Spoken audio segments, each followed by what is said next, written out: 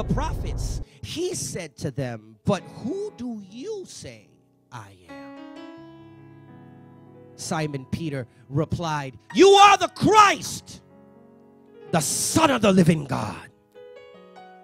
And in verse 17 it says, and Jesus answered him, blessed are you, Simon Bar-Jonah, for flesh and blood has not revealed this to you, but my Father who is in heaven.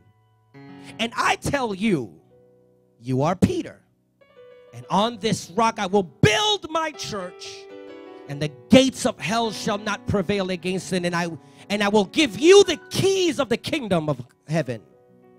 And whatsoever you bind on earth shall be bound in heaven, and whatsoever you loose on earth shall be loosed in heaven. Do you believe this word? I ask you one more time, do you believe this word? Now, last night, I'm going to be very brief, I promise. Last night, we were talking about some things. And what we're really dealing with in this conference, in these 2 days, what we really are dealing with, thank you, what we are really dealing with is unlocking the prophetic within the house. That's what we're really dealing with. It's not just stirring it up. What we're really dealing with is unlocking the prophetic within the house. Because it's necessary for us to understand that before you can get on a pulpit to go somewhere else to be recognized as a prophet, you have to be able to walk among those that are familiar to your grace. The truth about this is because even though many people have used the fact and the truth of the word that says that no prophet is accepted or has any honor, right, within those that know him, they have used that context, that word, and they've taken that text and removed it from context.